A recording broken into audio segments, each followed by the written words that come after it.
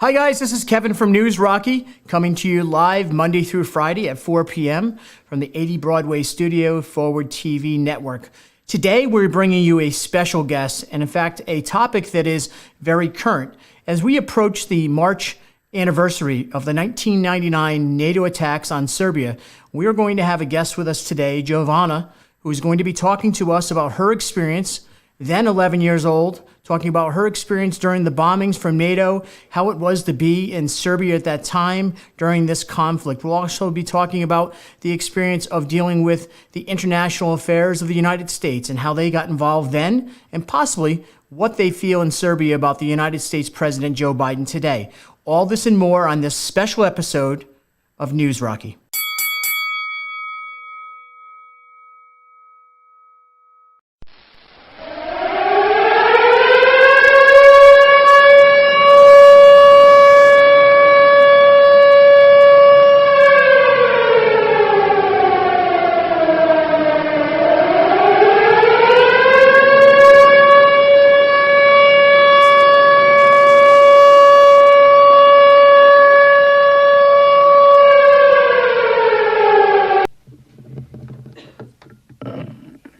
Afternoon. Update again. The next video I'll show you will be a highway bridge attacked in southern Serbia, 5 miles north of the Kosovo border. This is the Raska Bridge, F-15Es with 2,000-pound laser-guided bombs. This is at night. It looks like day because of the infrared, and he destroys that bridge. When was this? That was 3 days ago. We're not focusing on the population of the Serb civilian population. We're focusing on the military, and that's Milosevic's military.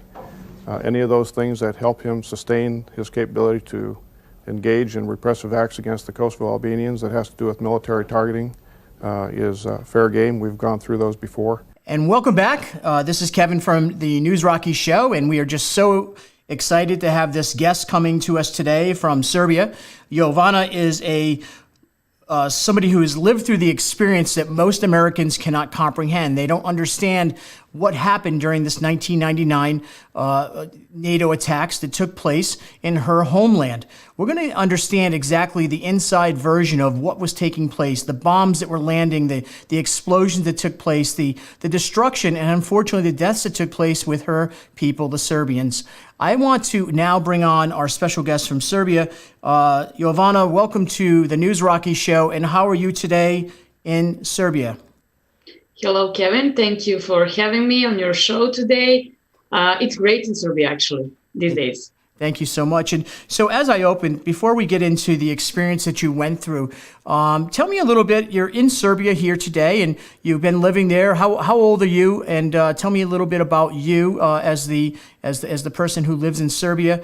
Where are you right now in Serbia before I kind of get on to the next form of questions? Okay. So I'm 33 years old, Yep. and I live in Niš. It's a city of Niš on the south of the Serbia. Yep. So it's like the third city in Serbia.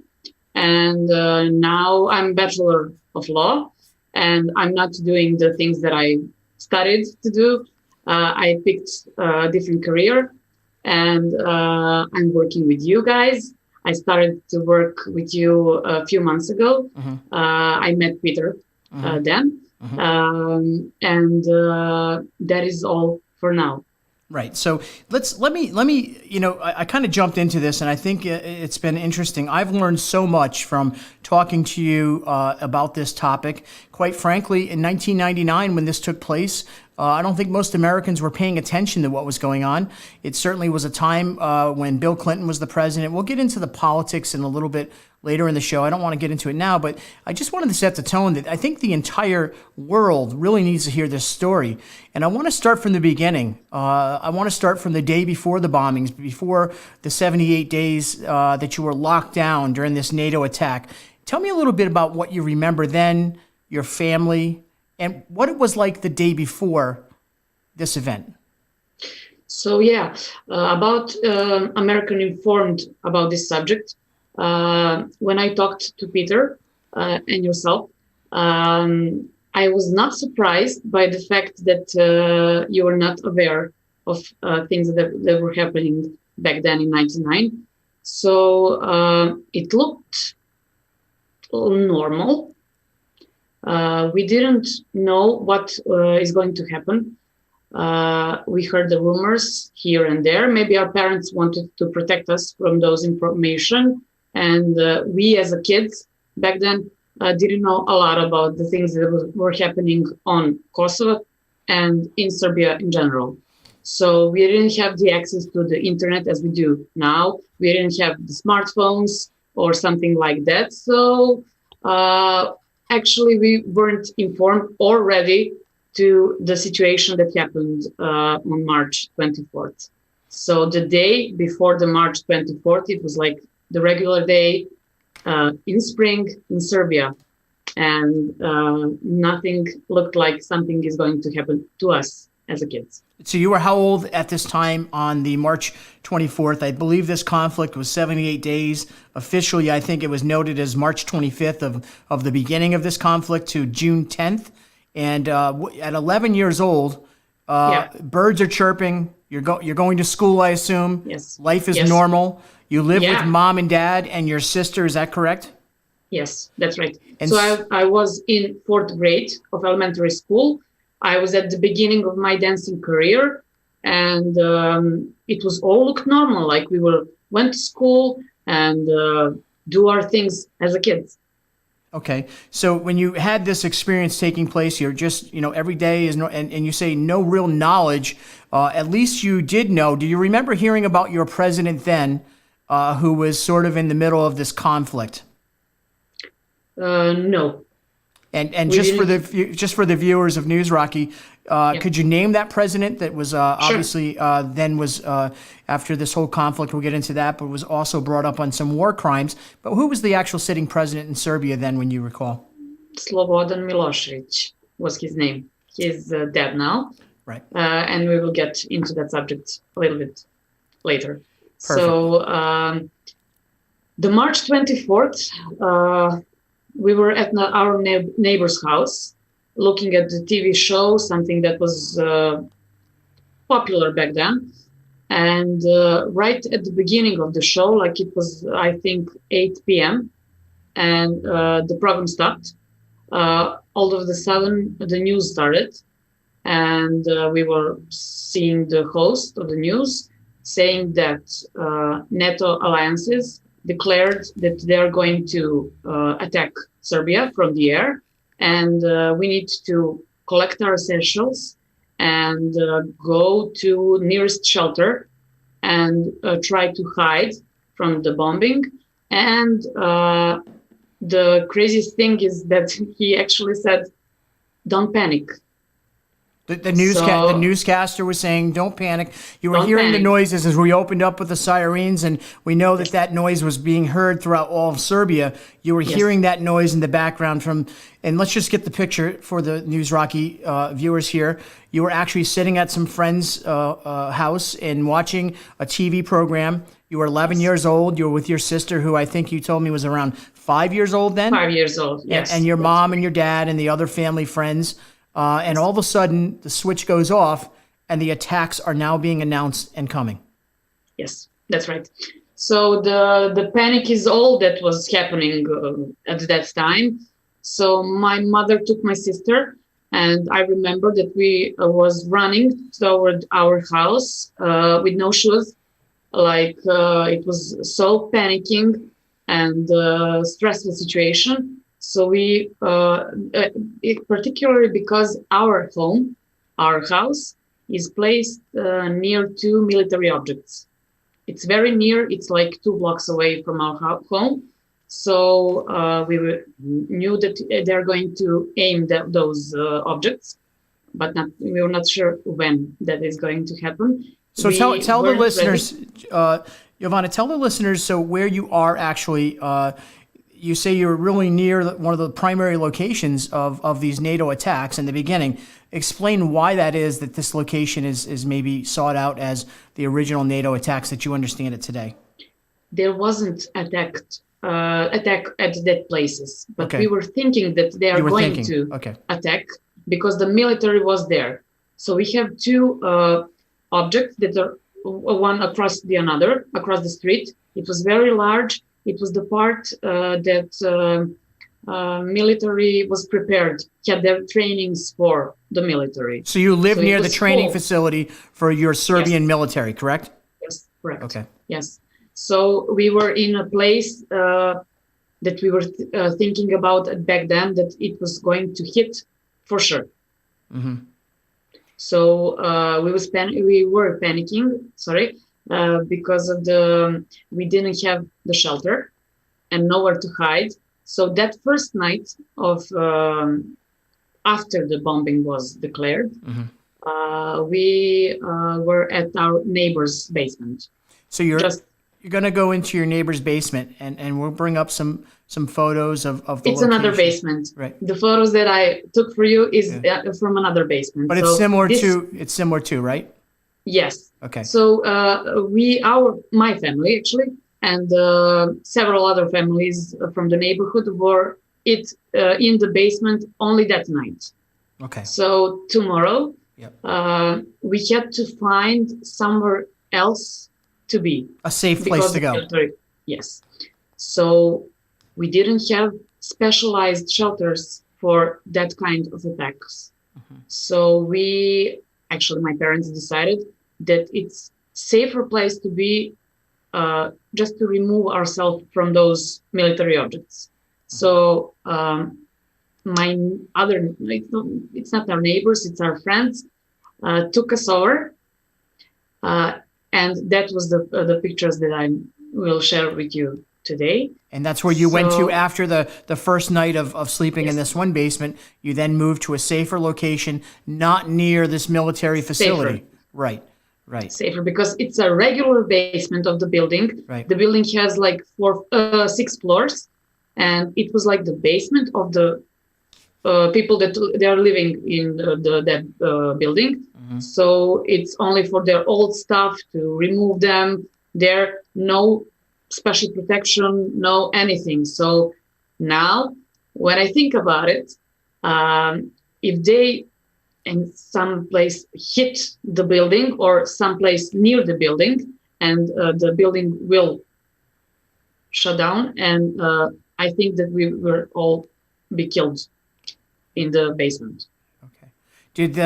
Do you know, thinking back, did that building that you slept in the first night, was there any injuries in that area after you had left that area? No. Okay. No. Only the hospital was hit. The hospital was 2 blocks away from us. I will get into that a little bit later. Sure. So you will see on the pictures, the basement is basically the same as it was in 99. So I took those pictures today, and I got chills when I got into the basement because it all looked the same as it was. So it was a little places where we took our mattresses and put it on the floor. We didn't have bed down there, and we slept on the mattresses. Since it's the basement place, the only thing that we could see is like some small part of light and the bars over that. So basically, how long, Jovana, I want to ask you in regards to the basement, you spent the entire 78 days in the basement, is that correct? Yes, that's correct. So I just want the viewers to understand, you went from where you had a bedroom, your house that you lived in with a kitchen and, all the things that were normal to an 11-year-old and every human, right? And you then were forced as a family and the rest of your country to go into the basements of your properties. And so you were in there with other family members. Let me ask you, you just talked about your experience when you walked into that basement for those photos. And I really want to be sensitive to you, and if at any time you feel like you need to just take a break here or this is overwhelming, we can stop. So just know that this is not, I'm not trying to bring you into a place that is uncomfortable, but we're trying to expose to people, because I don't think the story, as many things that we can pull up on the Serbian story, it's hard to really understand unless you talk to someone like yourself who's gone through it. Let me ask you directly, as an 11-year-old, what was going on in your mind, just you? I want to know what you were thinking from that 24 hours of being in your friend's living room, watching a TV program, to the next day sleeping in a basement with the unknown? It was crazy in my head and in all of our heads. Those are the people that I don't know, that I met, because all the families in the building, I can't remember exactly how many of them were in the basement at the same time. So it was crowded and we didn't have a place to sleep. So we getting to know each other, and along with the things that were happening in the basement, we often didn't have the electricity. As I said, we didn't have the internet, the smartphones, and something like that to take over your attention to, like, I don't know, watch some TV show or something else. We had a little radio. We were listening, the news on that radio. And when you see those holes between the places where we were sleeping, there were little tables on there, and we were sitting at the tables and playing some cards and trying to not lose our minds. Do you remember, and in no way comparison to, but when we talked about it, like Anne Frank, the story of Anne Frank, where she and her family, obviously a different scenario, but somewhat similar in a sense that you as a child, you were sequestered into this hiding space. What were your parents like? What were the grown-ups acting like? Were they trying to keep you calm and safe, or did you see some nervousness in them? Yes, of course, but that might be the strangest thing is in all this story, that life in Serbia for our grown-ups didn't stop. So kids weren't going to school, but our parents continued to work like every day as nothing is happening. Even during these NATO attacks that ensued, people would get up every day, go to work, Yes. and come home. So the bombings, we know, as most of these bombings took place at nighttime, correct? When people Yes. were supposedly the NATO authorities, and that in cooperation with the American authorities, where there would be less civilian tragedies. We'll talk into that in a moment. But your family is in there in this room. What were you doing while mom and dad were at work all day? What were you doing in the basement? And who's caring for you? Nobody. It was just like us kids playing around, trying to find some ways to entertain ourselves, to move focus on something else. We were knitting. I can clearly remember a knitting of bracelets. And after that, we were selling to our parents and our neighbors back then. And we were organizing some masking balls or something like that. Mm-hmm. And all different kind of activities where we were able to go out from the basement. So during the day, it was we had some time to go out and socialize between ourselves. But during the nights, it was really frightening to be there. Let me ask you, during the night, as you explain that to the listeners of News Rocky, and again, we have Jovana from the Serbian experience. She was 11 years old in 1999. Do you remember the first night you heard a bomb or anything, explosions or something close to your location? Yes, I remember. The detonation and the explosion and window shaking. So it was the first time when we heard the bomb. How many days was that in, Jovana? I'm not sure, because Niš wasn't attacked in the first several days because it was too cloudy on our sky. So the planes couldn't reach their goals and couldn't see the exact aims. So they were skipped. They skipped us in the first several days. But after that, I can't be sure which day was it. So this, you're kind of painting the picture here for the listeners, and I think for most of us, this is the first time we get to talk to someone who's gone through this experience. I think the closest correlation to America is 9/11. You know, it's the closest thing we've had to where we've had an attack. Of course, Pearl Harbor, but I think in modern day, 9/11 is an experience. And you know, as much as 9/11, believe me, I'm an American and patriot, and you know, I'm as angry and hurt about those attacks. I remember what happened. This is a different scenario. This is an attack that you, as a child, you had no clear understanding. And you know, I want to ask you: did your parents at the time? Did they understand what was going on? Did adults start talking like, well, this president of ours is doing this, or we're in this situation because of this thing between, you know, Croatia or between the Kurd, you know, this whole thing that was going on? When you look back in history, there was a lot going on in your nation and your neighboring nations. A lot of interest in oil, a lot of interest in control. What were your parents thinking? What were they sharing with you at the time to help ease your moments? Well, I think that the talks between the grown-ups didn't take place in front of us. So they were like on the side, talking with our neighbors there, and just keeping us safe for not hearing all the news that were happening back then.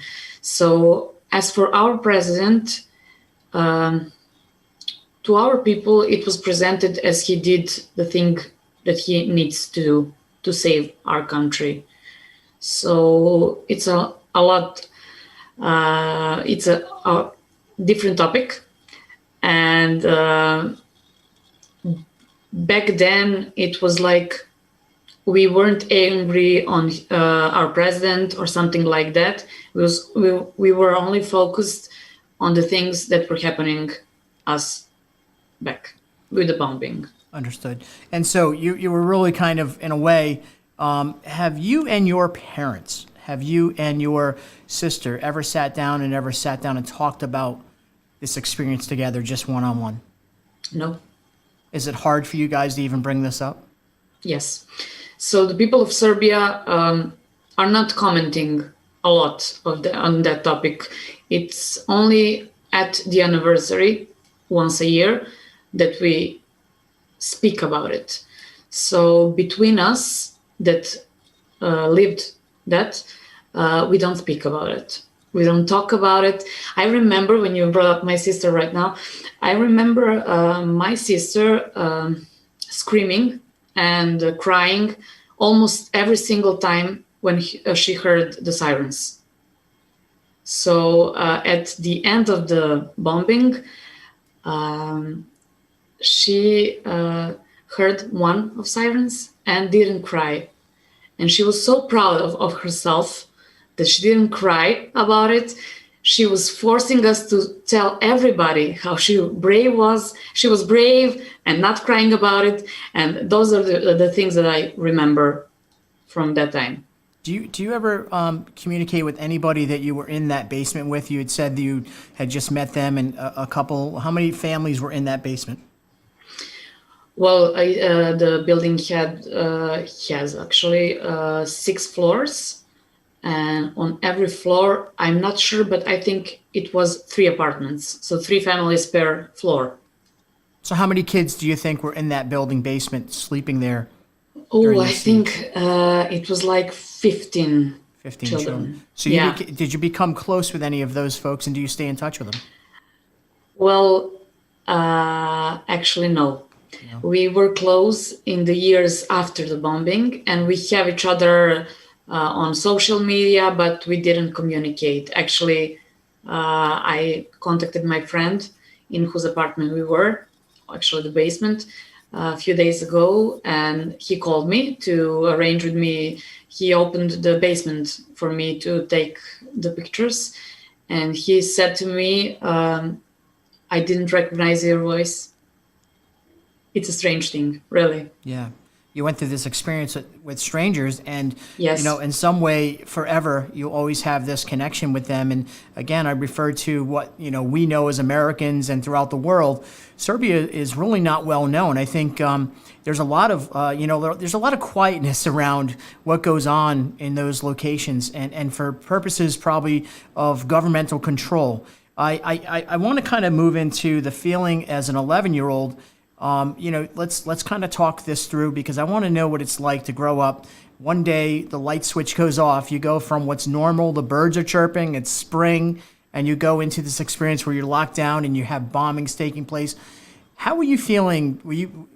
What was your emotion like for you that you recall? Maybe say halfway through this experience, were you becoming just so hardened by this experience, or did you get ready to break? I mean, do you remember? I mean, it's an amazing experience. Well, no, the only emotion that I can recall from that time is fear.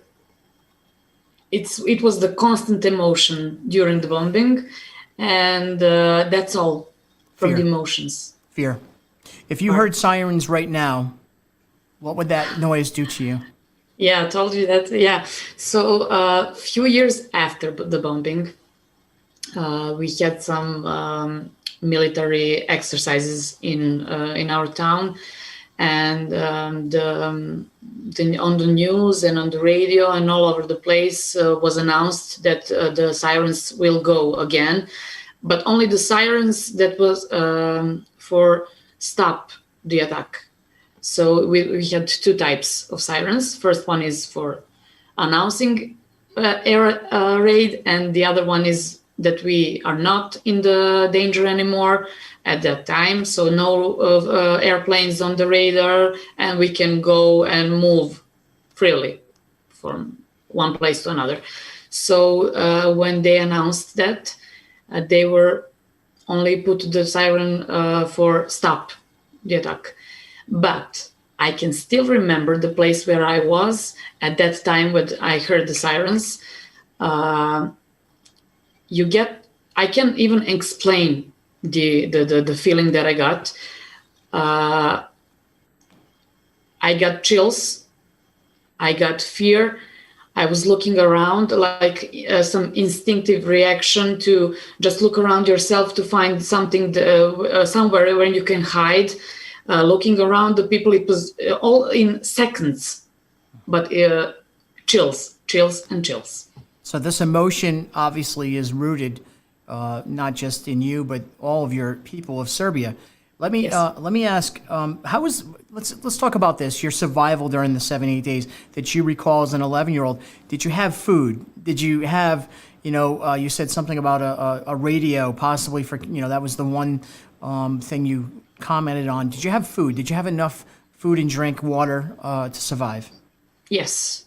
Okay. Yes, we lived normal life as we could. So we didn't visit our house a lot. We were like here for 15 minutes once a week. So we could leave our stuff here and take another part of our stuff. And we didn't have the closet out there. So we needed to come from time to time to visit the home. And it was like 15 minutes, just pack things, move around and go. Do you remember mom and dad, did they ever hit a point of stress that you recall, that they had enough of this? No, I just remember my mother and my sister. It was like two situations. The first one is only with my mother. She was at her workplace at that time when the NATO planes hit hospital. The NATO planes are flying in, dropping bombs on the on a hospital. Yes, and let me ask you though. Let me ask you, just so you know. So that hospital had civilians in it, correct? Correct. But the NATO attacks were because their intelligence was telling them that there was actually soldiers and or military there.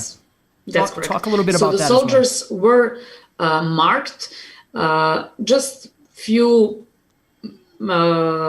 inches away from the hospital. So they were trying to hit the place where the soldiers were, but they attacked a hospital also, who is at that place.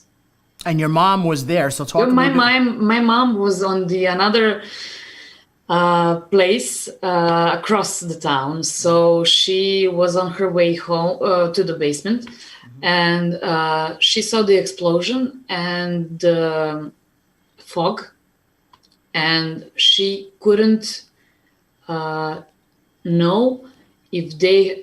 It looked like they hit the same place where the building was. So she thought her Because of family had been killed because of the bombing, correct? Yes, that's correct. And we didn't have cell phones.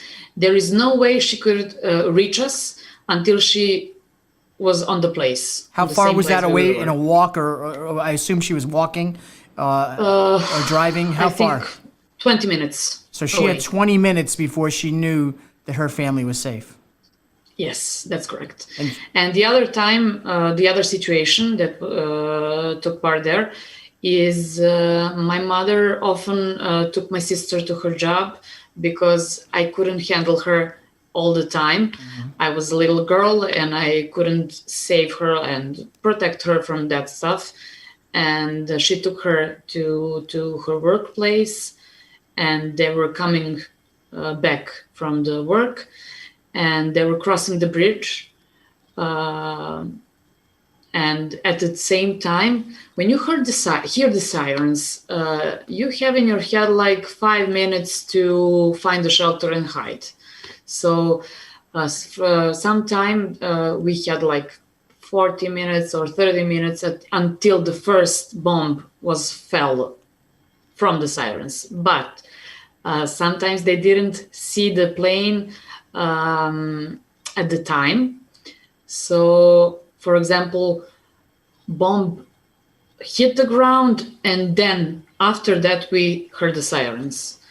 So at the same time she was crossing the bridge, sorry, Netherlands were aiming our bridges often, and the siren started, and it was so stressful at that time because she didn't know where to go. So she was moving backward and forward on the bridge and trying to get some car to stop just to drive them to the nearest shelter.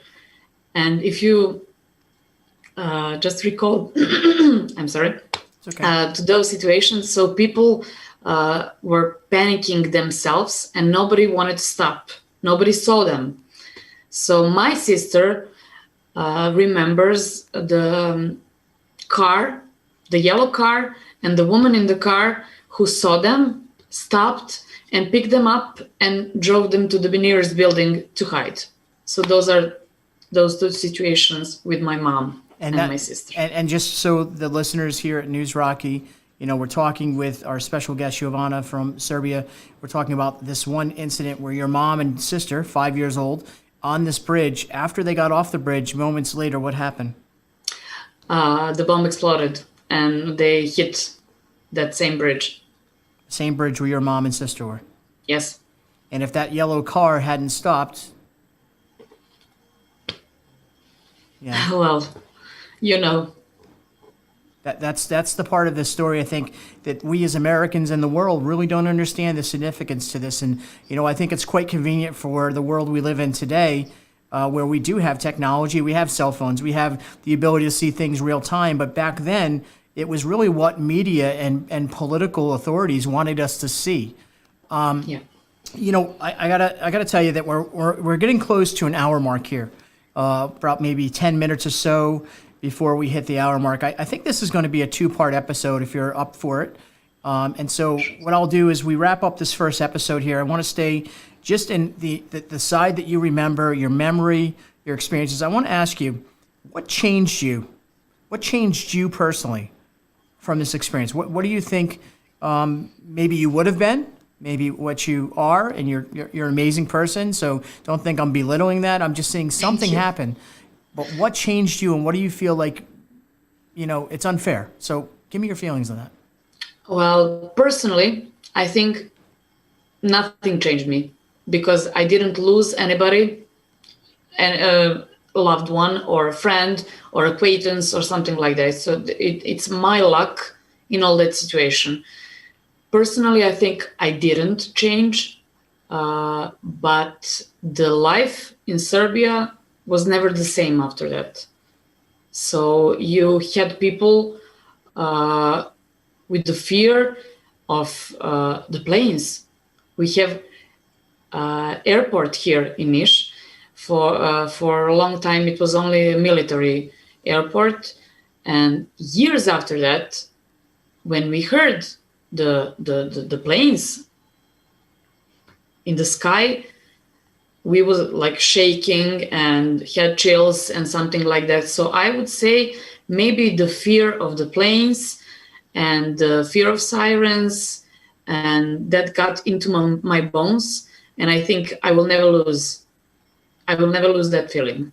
Do you think you and the rest of your people, and of course anyone that was born after 1999, this experience of 78 days, it's hard. They probably hear about it. It's historic. I'm sure it's talked about, but to actually go through the experience has changed everyone in your nation. How do you think the rest of the country has rebounded from this situation as far as economically, emotionally, and sort of, do you think as a people, has it made you just harder and sort of tougher and almost accept if this was to come back to your country today? It's almost like you hear the sirens. You've had that experience. That has made a change in you. What do you think it's done to the rest of your country, though? Well, I think it's from person to person. Our economy is destroyed so many times. Actually, a few years before the bombing, we had disastrously great inflations, and we had other wars going on our soil. So we're like, I don't know, phoenixes here. And I like to call us a magician, because we find a way and manage to pull out together and just continue with our lives.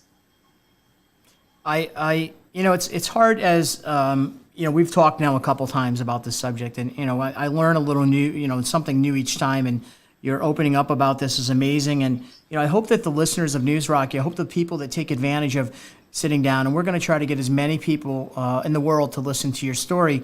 I think it's important for people to understand you were 11 years old when this happened. I mean, it's almost as if you go from playing on a playground to one day hearing sirens, not really knowing why. And the course of your life as a child now has changed after 78 days. Now you've rebounded perfectly, and you found your ability to go back to school. You talked about your dancing, and we'll probably get into that here as we close up the show. I want to hear about what have you been doing since you were 11? Tell the listeners sort of, what have you been doing? You told you went to school, you're studying for law, you're also trying to do some other stuff, but you were a dancer. Talk a little bit about that. Well, about the dancing part. Yeah, sure. Yeah. You were a professional dancer, right? Sorry? You were a professional dancer. Yes, I'm a professional ballroom dancer. So I was practice dance from my, I think, second grade to 10 years after that. So the dance is my passion and the big part of my life. I took places in some competitions over there, over here actually in Serbia, and in some international competitions. I practiced that for 10 years, as I said. So I stopped when I was in high school. So I couldn't manage anymore my obligations at school and in dancing. So I decided to stop dancing professionally. But from time to time, I like to go back in the ballroom dancing place here and to remember myself on that times. I have videos about it, and from time to time, I watch it again. So I asked that question because I wanted to sort of ask this question again. The path you were on up until these 78 days of this NATO attack could have been different. You could have had a different pathway into dancing. I mean, is that fair to say? Well, yes. In some way, yes. It changed your life. Yes, it changed my life because we were not be able to do our activities, normal activities. Right. And after that, months took us to rebound the buildings around us, our heads and our economy and everything else that was happening after that. We had year after that, we had some serious problems with our government here, and we took over, and our back then president on the 5th October in 2000. Okay. Yes, so it's never boring here. It sounds that way. So as we're wrapping up, you brought up the president, and I definitely want to get into the political side of this NATO 78-day attack on Serbia and its people. I do want to bring you back, and hopefully the listeners, I'm pretty sure they will. I think your story is one that folks won't be able to turn off. So I want to ask you, do you mind coming back for another hour interview? If you don't mind, we'll actually end this one here. And get you ready, and we'll bring you back in for tomorrow's interview if you're okay with that. Yeah, it's absolutely fine. Okay. Well, and thank you. Thank you. And so again, we had Jovana from Serbia who was sharing her story with us. And, News Rocky, we're taking on the news of the day, drilling down on fake news, all that stuff that we talk about each and every day. We have some pretty unique guests. We've had Alex Jones.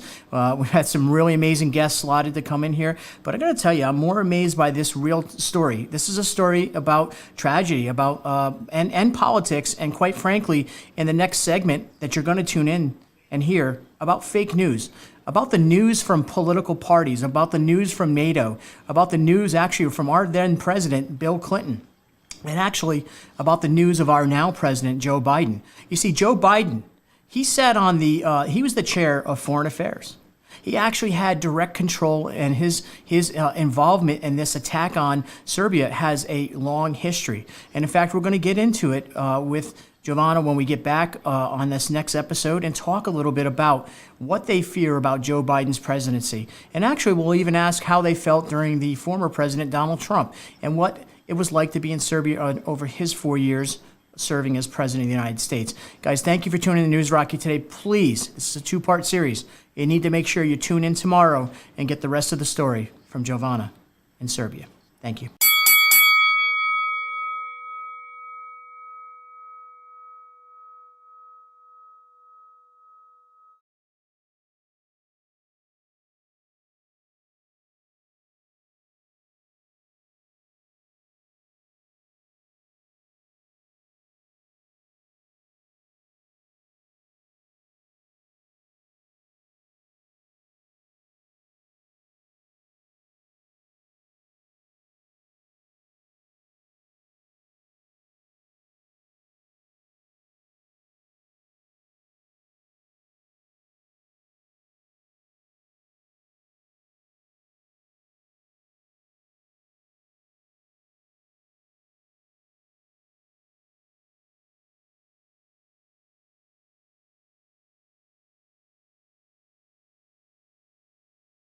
Hey guys, this is Kevin back for our second part of this special episode with News Rocky.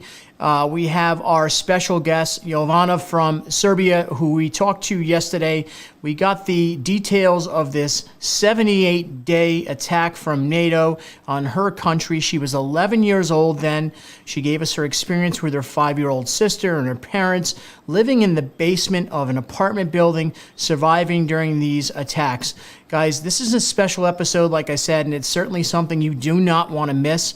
This is the insider's story, actually, not what corporate media wants us to hear or the political sort of noise of the day wants us to hear.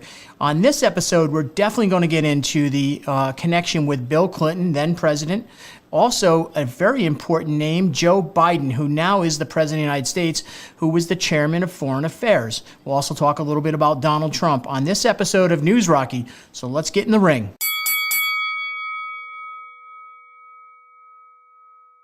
Hey guys, welcome back to News Rocky. This is your host, Kevin, and we come to you Monday through Friday at 4 p.m.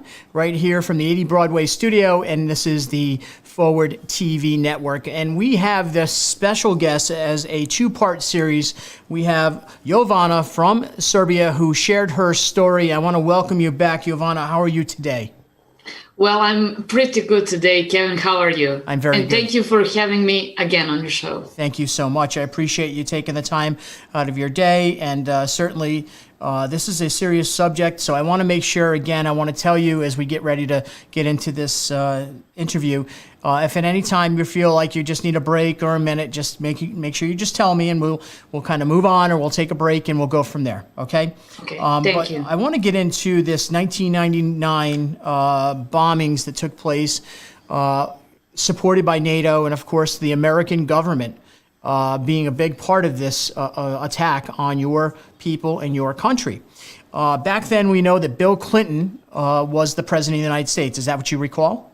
Yes, that's right. And I recall that it's like his name was very often popped up here in the news and the conversations, and it was like the main figure in all of that. So you saw, or you heard a lot about Bill Clinton being the president of the United States. When he would speak, in fact, I believe we were able to pull up some old stuff where Bill Clinton spoke to America about this involvement with NATO and these attacks that were taking place. They also had lots of congressional hearings. Actually, as we mentioned in the opening, Joe Biden, the then senator, in these hearings was the chair of foreign affairs. He himself had a lot to do with the decisions on this involvement with NATO. Did you remember hearing about Joe Biden's name back then in 1999? Back then, no.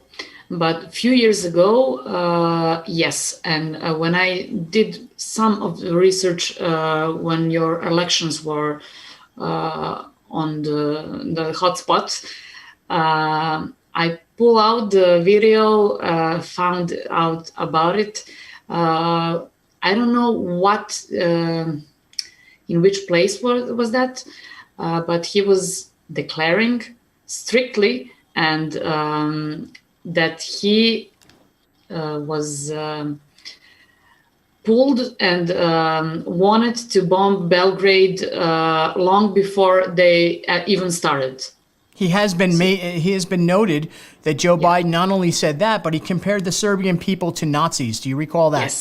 Yes. How does that make you? Let me ask you. Just focus on that for a moment.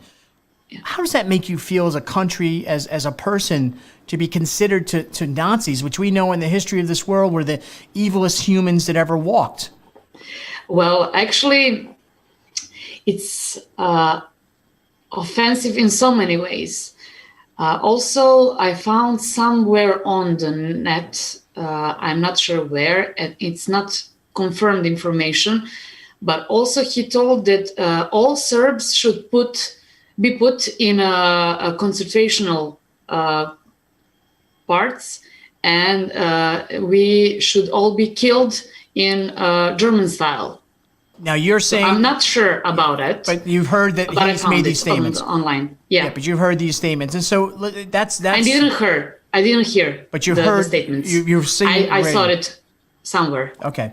All right. So we'll talk to the facts, and if you ever get that, please, by all means, forward that to our show so we can give an update on that information. It's very pertinent. Now, I don't want to say that I don't know enough about the subject matter, although I do know what I've been studying over the last 2 to 3 weeks since we decided to do this investigation and this show with you, that Joe Biden was single-handedly involved in the hearing process. So we got a chance in our country, the constitutional sort of process is to have hearings take place, public hearings. Well, we all know that politics takes place behind closed doors, but the circus that took place in this process, he actually moved along through the policymakers, along with Bill Clinton at that time, and Joe Lieberman's name pops up, and so many other Republican and Democrats. And I know that's a sort of maybe foreign thing for you, but we have the Republican Party, Democratic Party. When you hear Joe Biden becomes president of the United States now, he was there during the, obviously Biden was the vice president with Barack Obama. What's that make you feel as a people and a country and you personally when now you know Joe Biden is he's in control? Well, I just want to take a little bit back from his presidency. As a vice president, Joe Biden was our guest a few years ago. So that visit of his is interpreted here as a political scandal. because he was a part of the decision of the bombing. And years after that, you come to visit that country that you are wanted to bomb back then, and those people are greet you and welcome you, and you are standing in front of our army singing the national anthem of America. And I'm sorry, playing. They were not singing, they were playing your anthem.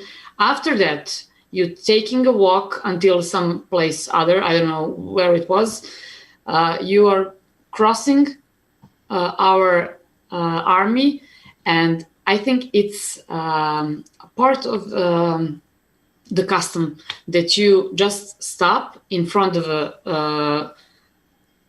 our flag, because we are the hosts, and just take a little bow in front of it. And Joe Biden started his walk and just look at our flag, and he circled around and continued to walk without taking a bow. So that part was interpreted as a political scandal back then. So your people took offense to that sort of position. Of course, we know if you watch the video of this, then Joe Biden, as the vice president, walking through this downtown village, he did take advantage of a dance with one of your countrywomen, and he, as you're referring to your own dance skills, he looked quite chummy, sort of squeezing up against one of your fellow citizens of Serbia. There, he was more excited about that than I think actually being in Serbia. Do you agree?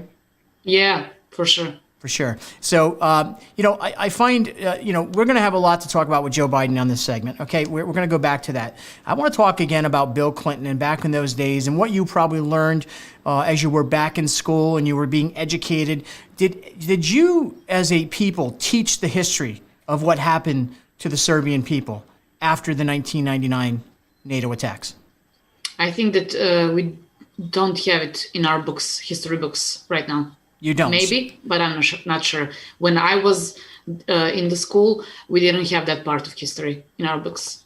So really it comes down to the only way history is told is now with the social media platform and internet, but also the people of Serbia sharing the information, and much kind of like what we're doing now. You're getting this information out to people that probably never heard of it before, like myself. Bill Clinton, the president of the United States then, do you think there was something in a sense of, what do you think looking back and studying, again, we're speaking with Jovana here from Syria, you're not from Syria, Serbia. I actually have Syrian blood in me, so I maybe got confused from it.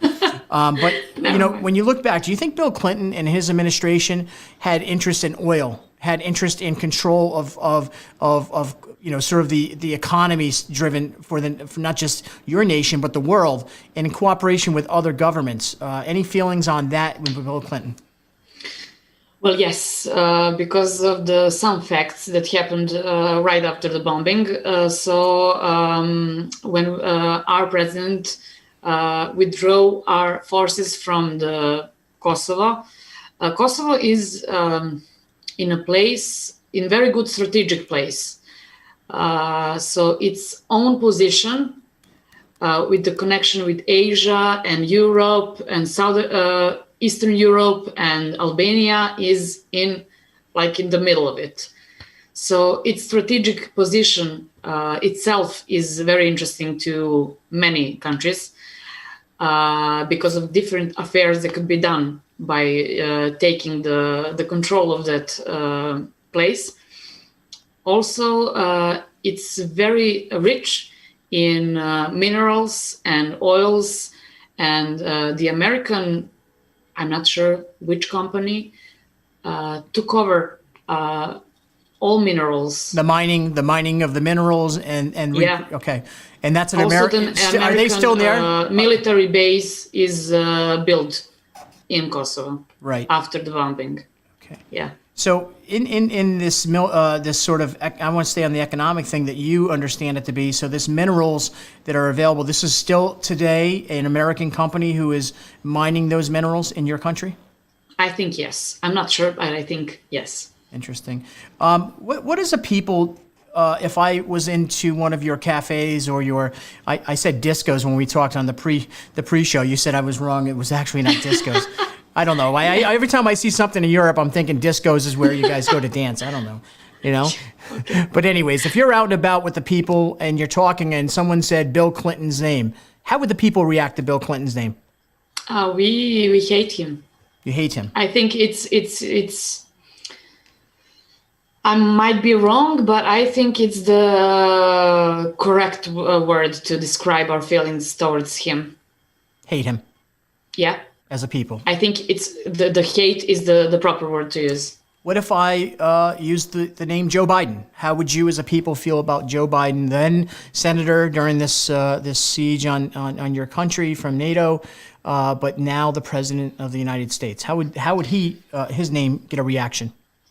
Well, based on the facts and some things that are not proven but are there on the internet,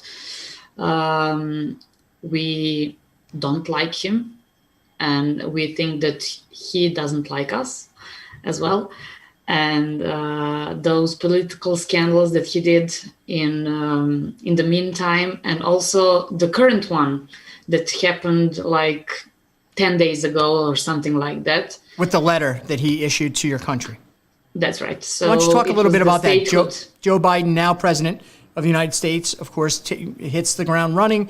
He sends a letter in celebration of your country's perceived independence. But talk a little bit about that letter, and obviously we'll share that with the viewers of News Rocky. Yes.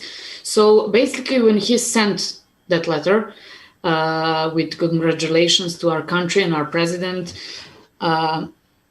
in that letter, you will see that he mentioned Kosovo by wishing us to acknowledge the existence of the so-called land, our country of Kosovo, knowing that it's against our constitution, knowing that we have problems actually there for many years, many decades now, wishing that to us, like you in the beginning you get the sense of where his politics will go towards us, towards Serbia. So you find it quite insulting in a sense that although he's wishing the Serbian people this sort of time to celebrate your history, even in the most tragic of years since 1999, he also has to include Kosovo and suggest that it's really time for you guys to sort of take and acknowledge Kosovo as part of this deal. Yes, that's right. So our TV host was made a joke like the next time he will send us the letter for Valentine's Day, including Kosovo. And all the letters towards us will be including Kosovo. Right. So in fairness, it is insulting to a people in a country that has fought for their independence, has maintained their independence. And let's talk about that for a moment. We will get back to Joe Biden in a moment because I have many more questions in regards to Joe Biden. But I want to ask you, over the last 4 years, we had a really unique president in the United States of America, someone who had never served in public office before. Let me ask you, back when Donald Trump first announced he was running, what was the feeling over in your country when they watched this, I have to say, circus type event? He was running against then Bill Clinton's wife, Hillary Clinton, who he won the election in 2016. Tell me about what you thought about prior to President Trump taking office, and we'll talk a little bit after that of his time serving. Well, to be honest with you, I'm not into the politics that much. Smart when person. Trump was announced his candidacy, it was a little bit interesting to us to follow. I think maybe more because of the Clinton's wife than for Trump. Mm-hmm. But when he did his time in the office, the only things that I heard about him is that he took and he had some meetings with our president and the president of Kosovo, and that he wanted to resolve some issues back then and with Kosovo. between Kosovo and Serbia. And when I say Kosovo, I don't acknowledge that they exist. I want to be clear on that, that the Kosovo is and will be always the part of Serbia as far as our people concerned. So I think that he took over the negotiation between those two presidents in a good way, in a peaceful way, and tried to fix something between us. And that is all about Trump that I was hearing. There was no fear that Donald Trump was going to come and support the NATO attacks on your country again. There was no fear that Donald Trump was going to come to your people and say, you now have to accept Kosovo like this now President Joe Biden is attempting to do. There was no fear of that. There must have been some sort of a celebration. His wife, Melania, is actually of European descent, correct? Yeah. Is that something that the women of your country, the men of your country celebrate, that Melania was the first lady? It was interesting, yeah. I mean, was that something that was probably well covered in your country? Yeah. And it's interesting because there was a lot of criticism. I don't know if you watched the news in this country. There was a lot of pushback from the political parties and the corporate media that really picked on Melania, her broken English, her modeling career and such. They were very vicious to her. I don't know if you got a chance to witness any of that. No, I'm sorry. No, that's okay. It's all right. So I want to, so you basically could summarize, in your opinion, 45th President of the United States, the former President Donald Trump, was well received and respected and appreciated for his involvement in trying to attempt Kosovo to sit down, but didn't push any opinion or political move on your people. And so he was almost, at least during his time period, accepted and liked serving the United States. Yes, that's correct. So let's go back to our now President Joe Biden. What was the feelings like when you heard that Joe Biden, now the President of the United States, former Vice President, former Senator, he's been in political office for over 50 years, serving in this country, and now has his fingerprints, I think, on many things that could be brought up. And this is why we're focusing on this topic with you today. His involvement with the Serbian attacks, the fact that he cooperated and actually pushed it through congressional hearings. I think this is going to start to get exposed about him. Is there any fear of Joe Biden coming over there and forcing these negotiations with Kosovo? Well, first things first, when I heard that he tried to be the president of the United States, my first reaction was, did the Democratic Party had anybody better of him? You and the rest of America asked that same question. Thank you. And the second part is, like, we weren't happy about it when he was elected, but we didn't have the exact fear until now, until that letter. So I think my people are not afraid in the way that we were afraid back then, but we are not comfortable. At the same beginning of his presidency, he just pointed out in which direction he will go. So now that we kind of talked through this, and we certainly have clearly painted a picture of the concern your people have with the now President Joe Biden in office, obviously there's been a lot of reports of things that took place during this 78-day siege and NATO's bombings. And one of the bombings that took place, or at least attempted, was a F-117 was shot down in your country. The actual pilot, which was flying the airplane, actually was well known as one of the more prominent pilots and had a really good reputation. He actually was in one of the stealth fighters, which at its time was the highest profile planes that we had. The fear of him being shot down, I think, wasn't really in place. And folks watching News Rocky, there was a movie made out of this very story with Owen Wilson as the actor.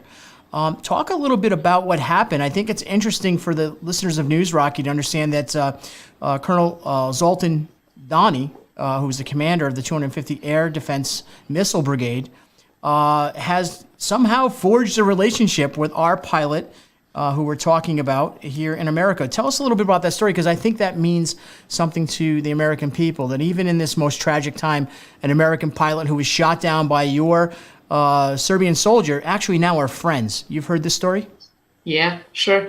Yeah. So I heard the story in the beginning because the part with where Serbian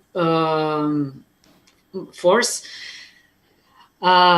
shot the plane. As you said before, it was like the most perfect technology at that time, like stealth, meaning like it's invisible to our radars and anybody's radars.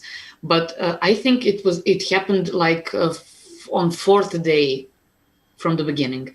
So it was so it like. Some kind of a boost of our self-esteem there that we hit that plane.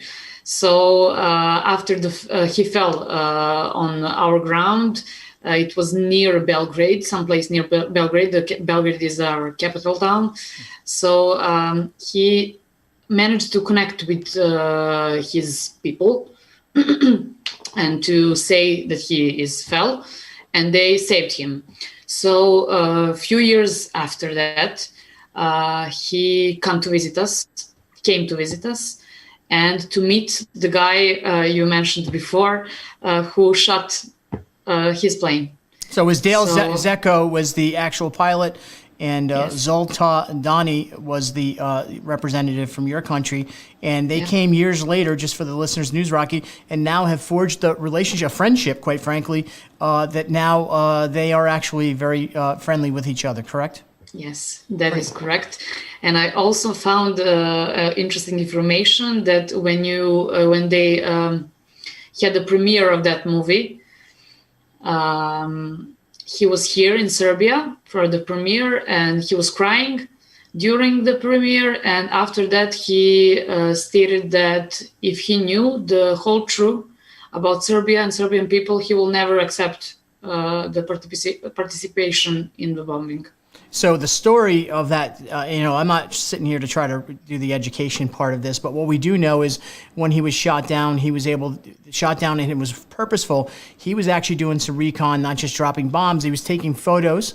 The story was about some graves that were actually with bodies in them. And if you follow that story, it's a pretty interesting one. And this American pilot has since been stated many times that he would not have supported the efforts on the attacks of the Serbian people. That's correct, what you hear?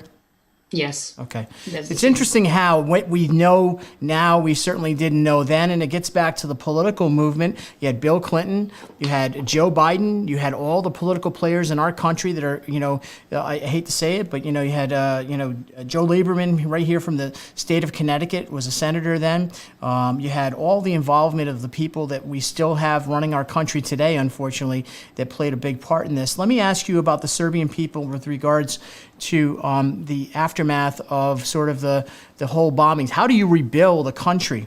How do you build back up a country that's been destroyed? And I've seen pictures. There's still buildings today that aren't repaired. How do you rebuild that as a country? I have no idea.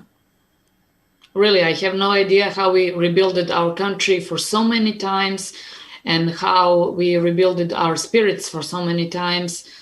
And I can answer that question for you. You now, as a country, so let's go back in a little bit of history too. Your country obviously has a rich history of other countries' involvement.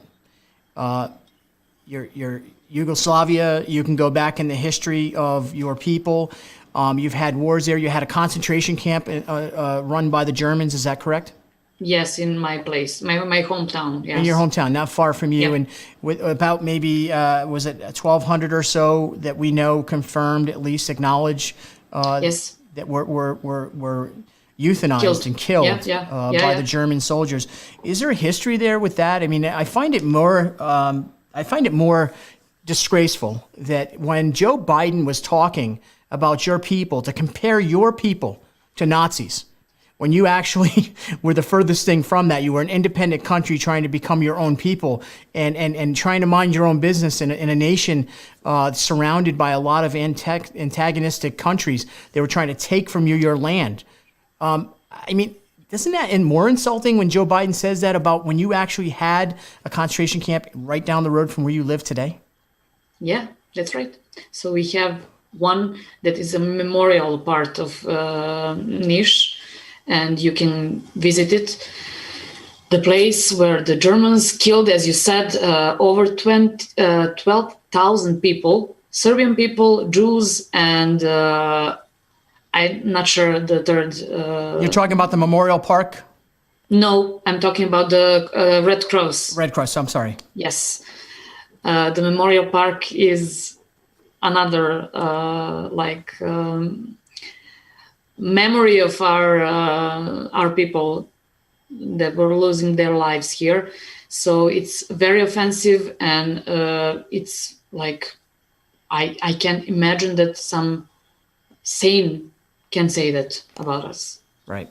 And so when you talk about your history of your country, you shared with me when we were prepping up for the show, you shared some stories about the actual, the history, right? And the history is that you've had a country that seems like you've been bullied. It's been attempted many times by many different political movements to take the control of your people away from your country. How does that make you feel? Do you feel like the rest of the world understands and respects Serbia? Well, no, we are, beside those attacks, we are represented very badly in the world.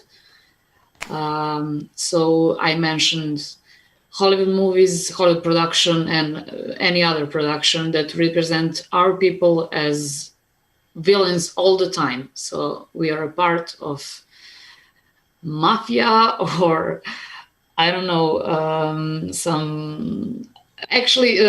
the bad guy is always the Serbian guy, or the Russian guy, or the something like that. So we are misrepresented for years and years and years of our history. Do you feel like that is purposeful by maybe in a sense the subconscious, right? We keep on calling these people bad. You know, I'm gonna tell you. Before you answer that, let me say this to you. As I studied into this topic, and I knew about the situation that took place. I never really delved into it till we started talking. And again, we do have Jovana on with us from Serbia, who's sharing her personal story about her experience at 11 years old during this 1999 NATO bombings that took place and the involvement of the American government. But I wonder, it seems like your people have constantly been a target, almost as if it's picking on the school child, in the playground, the one that seems to be weak. And I don't mean to call your people weak at all. That's not my objective. Yeah, but it seems like when you look around your region, previous presidents, unlike Donald Trump, previous presidents have taken action in support of your people being denied your freedom. And why does that continue to happen to your people? Why? I don't have the answer. To be honest with you, I don't have the answer to that question. Now, you have a pretty good relationship with some neighboring countries now. I'm not going to get into the negative ones, but I will ask you purposely about your relationship with Russia, for example. Good relationship today, or has it always been that way? It's always been there. It's always been that with way. Russia, it's always been the great connection with Russian people. And the Ukraine? I think also, yeah. Yeah. So things are straight there as well. So you live in a very, very interesting place right now. We watch in the Middle East right now, some things are starting to surge up again. It's kind of amazing to me, and this is just a side note conversation. Jovana, we have had none of our military has gone anywhere over the last 4 years. Today, there's announcements of some activity in the Middle East that we now need to send troops to the Middle East. I fear that we're going to see this same thing through the European nations. How are you feeling? Is your people worried about the actions of Joe Biden deciding maybe to, put his nose where it doesn't belong again? We might say that like that. So I think that my people, I'm speaking in my name, but I think the atmosphere here in Serbia now, we are not expecting to go through that again as in 99, but we are certain that it could go wrong in some way. It's definitely on your mind, to say the least. So, well, it can be different. You can't blame us. No, you have a history of Yeah. being, and I will tell you, some people are going to watch the show and some people are going to just side on and think that this is a political discussion because I'm bringing up issues about Bill Clinton and now Joe Biden, and I've actually asked the question of somebody who has lived through the experience. Nothing's happened with Donald Trump. See, people are going to try to make it political, and they always do in America. This is always a political discussion. I think if people can focus on the facts, we're listening to a story from someone that lived through an experience that you can't deny happened. How many of your people are estimated to have died during these NATO attacks? And by the way, civilians. Because the attacks were talked about, our federal government, by generals involved in the senatorial hearings under Joe Biden then and Bill Clinton, the president, that we are only going to go after military. How many civilians died during these attacks? Over 2,500. 2,500 of your fellow countrymen and women. Yes. Children. Yes, that's right. You actually had a 3-year-old little girl who was on the toilet when a bombing took place, and she is now sort of the face of that time, that attack. Talk a little bit about her, please. So yes, it's the main symbol of the bombing here in Serbia. So she was a 3-year-old child that was put on the toilet while her mother was preparing her bed. And she was left there for only like 10 minutes or less. So the bomb exploded near their house or apartment, I'm not sure. So part of the bomb, I don't know, it's the proper word, the Geller. Yeah? Yes. The part of the bomb, Yeah. exploded bomb, shot her and killed her at the same place. So when her mother and her father go back to the bathroom, they found her in blood, all surrounded by blood, and they took her to the hospital only to confirm the death. So it was That must have caused child. That must have caused an outrage of your people to have witnessed a 3-year-old when the military, the NATO cooperating countries, and especially Bill Clinton, Joe Biden, was out there talking about this peaceful attack, this attack only strategically on military and not focusing on any civilians. Yet we have a 3-year-old during this time and 2,500 civilians that were killed during this issue. And I don't know how many more they were hurt in that process. And when we talk about numbers, and I'm bad with numbers, It's okay. I want to focus on another thing. Beside of killing people, innocent people, civilians in our country. So I can say the proper word, so I will just think about a little how to form it. Okay. It was not just at the time when the bombing took part that our people is hurt. We were terrified back then. And we are left with fear, with traumas, different kind of it. We were bombed with uranium that caused our people so many troubles with our health, especially with the cancers, different kind of cancers, and other health issues. Also, I can say interesting story is that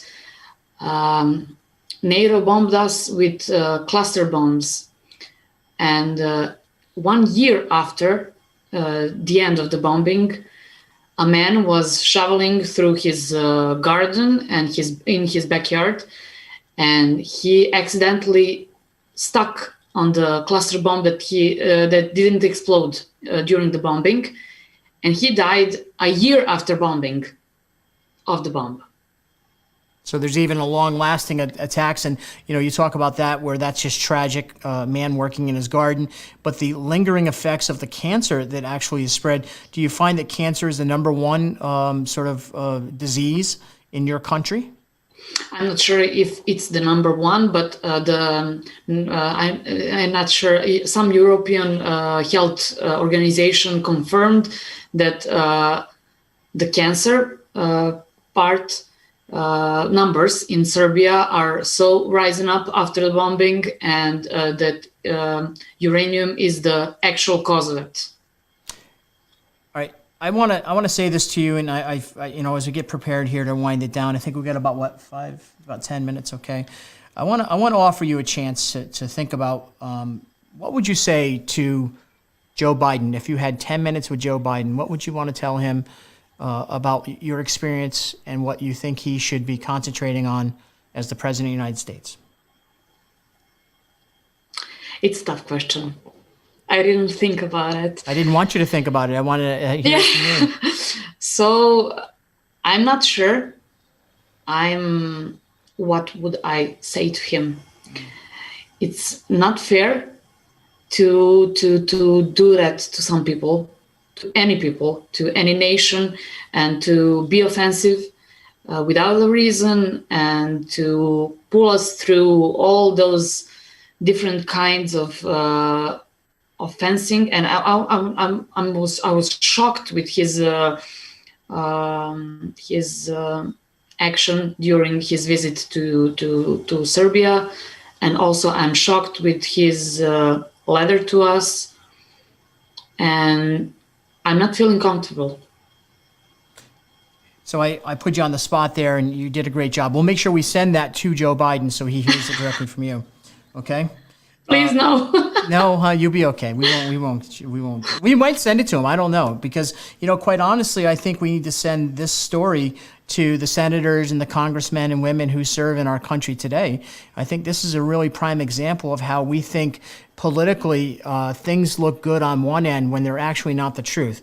I would tell you that I would 100% with certainty know that Joe Biden knew then what he knows now. And he knew then that he was focusing on control of a certain region. And he was making efforts to destroy one country or at least cripple a country into submission. I fear that his same actions, because of his only knowing what he knows, he's done it before, could, quite frankly, creep up again. There's no better deflection for a president of the United States than to create havoc in the world. That's the best deflection off the reality of failures that are going to definitely be coming to this president. So as we wind down, I want to say to Jovana, I thank you so much personally. You shared your story with Paul and I and the News Rocky team here. You've been very open about everything. I don't think this is the last conversation we'll have. I'm sure that the folks who have been commenting on these shows are going to want to hear more from you. We did talk about possibly putting together a small panel of some folks, especially some folks that maybe had different experiences in different parts of your country, or even folks that maybe were outside your country in other countries that were affected as well. I think we should work towards that. But I want to give you a moment if you want to speak to the American people. You got your stage. You got 5 minutes to say anything you want to say. Go ahead. So you asked me a question in our preparing the show, if the Serbian people is still angry with American people, and I answered you that I think that we were able to separate those things, the politician parts and the civilian parts. So I can't say we're not angry anymore. I wanted to send you the message that not to American people, but to the history of our two countries, that Serbia can never forget, and the things that were done. But now I think we are in a better relationship, like we hated all American back then, like we hated McDonald's or something, Nike, and everything else that were American. So we are in a better place right now between our nations, and I would like to say that. And let me ask you this. If you had anywhere in the world you could live, you can move, you can click your heels together like Alice in Wonderland. That's not Alice in Wonderland. Anyways, you could choose any place you want to go in the world. Where would you want to be? Serbia. You wouldn't leave your country? No, because we now on your show we pull out some bad things that happened here, and the misrepresenting of our people and our country is awful. But I want to share with the American people that we are not as we are represented. So Google us, find us, come visit us, and meet my country, because it's a beautiful country, and I don't know what will I mention first that is beautiful here. So we have beautiful nature, beautiful people, smart people, and intelligent people, and well, I don't know. You would love it if you visit. I think all the American people should take advantage of your invite. We can all stay at your house with you if we all come. Sure. All right. Yeah, why not? It's only 350 million Americans, so we're all on our way. No problem at all. So thank you so much for sharing your story. Thank you. I want to thank you and Paula, Yep. and to Peter, who shared my story with you in the first place. And I want to say hello and shout out to all of my people in Serbia and in America and all over the world, and to send special thanks, if I can, to my friend Christina, who helped me to do the preparation for the show. No doubt you have that chance. And we definitely will be talking to you about the next time you appear here with us on News Rocky in this special episode. Obviously, we covered what was known as a tragedy. In 1999, this took place, 78 days. Jovana come on, and she shared her story. And honestly, I learned things even from what I've read about. She's actually given some more clarity to. And it's unfortunate that we have a place in our hearts to feel right now this sadness. But back then, this country, America, was on the attack mode. And I really do fear, and I know this sounds political and news rocky, the whole concept where we get into the political ring. This is more about humans. This is about the reason behind war. And, you know, I'm a conservative Republican, at least brought up that way, but I believe in this. If we can resolve something without war, that should be the first effort. Unfortunately, I see the habits that Joe Biden the habits that he's created, the involvements he's had across this world have been war. I do fear that Joe Biden's going to butt his nose into the Serbian people again, into that nation. I worry about that. I worry for my friend. I worry for the people of that nation, that they will get bullied around again. So we're going to keep on focusing on this story. Jovana, I'm going to talk to you offline. We'll set this up with you. And I just appreciate, and we appreciate everything you've shared with us. It's been an amazing story. And thank you today for tuning into News Rocky. Get back in the ring tomorrow, guys. Make sure all these comments, we'll get back to answering you, and we will let you know the next time we plan on having this conversation with Jovana and the Serbian people. Thank you.